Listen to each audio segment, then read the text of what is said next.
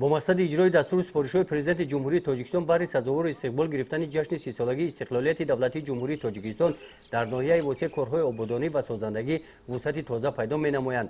در این سمت در ناحیه واسع صاحبکاران و شخصان همت بلند سهم ارزنده خود را گذاشته ایستادند. در دهه زرکمر با اقدام صاحبکار محلی قربان میرزاعلی برای 640 جای نشست ساختمان مکتب ادامه دارد. بنای مکتب دوشانه بوده از 14 صنفخانه عبارت میباشد. با مبلغ 5.5 میلیون سومانی ساخته می شود. در کارهای ساختمانی بنای مکتب 45 نفر ساکنان محلی به کار دائمی جلب کرده شدند. در دهه ارل نزد مکتب رقم 2 بنای نوی تعلیمی عبارت از 2 آشیانه ساختمانش ادامه دارد. بنای مذکور از 10 صنفخانه عبارت بوده در یک بس 340 نفر خوانندگان را به تحصیل فرا میگیرد. بنای نوی تعلیمی با آب و کانالیزاسیا تامین می شود. پودرچی ساختمان جمعیت دارای مسئولیتش محدود نیاگر آب بوده در کارهای ساختمانی 20 نفر ساکنان دهه به کار جلب کرده شدند. در دهه تاسخلا نزد مؤسسه تحصیلات میانه عمومی رقم 15 باشد. از حساب مبلغ‌های حکومت جمهوری تاجیکستان ساختمان بنای نوی تعلیمی مکتب شروع گردید. کارهای ساختمانی ته کرسی بنا انجام یافته ساختمان آشیانه یکم بنا شروع گردیدند. بنای نوی تعلیمی از 2 آشیانه عبارت می باشد. در دهات‌های این جماعت دهات ساختمان مرکزهای سلامتی ادامه دارند.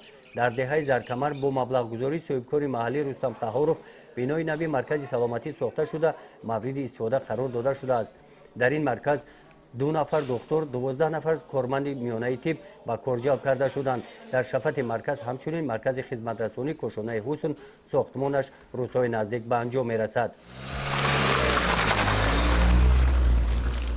در دهه ارل ساختمان مرکز سلامتی با تولدخانه ادامه دارد. بنای نوی مرکز سلامتی از 2 آشیانه عبارت میباشد. با کانالیزاسیا به نقطه گرمدهی تامین کرده شده است.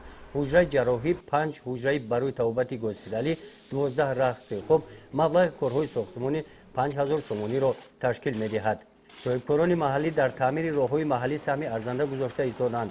در دهه زرکمر با دستگیری صاحبکار سفر میرزاعلیف مسافه زیاده از 2 کیلومتر را سنگفرش کرده شده روزهای نزدیک اسفالت خوابانیده می شود. در حدود ناحیه واسع اصلا تمام ساختمان انشاءات‌هایی که رفته ایستادند در مجموع سهم صاحبکاران شخصان سخاوتپیشه بیشتر است، چون که تمام شخصان سخاوتپیشه امروز درک کردند که تاجیکستان عزیز را تنها ما با دست خود با سهمگذاری خود آباد میکنیم، نه کسی دیگر برای ما وطن ما را آباد میکند. برای همین سهم بیشتری صاحبکاران در ساختن کوپرک ها، در ساختن بیناهای کاشانه حسن، راه و راهروها، چراغانکنی، بنیادی باغها، گرمخانه ها و دیگر انشاءات ها با یک جوش و خروش ادامه یافته.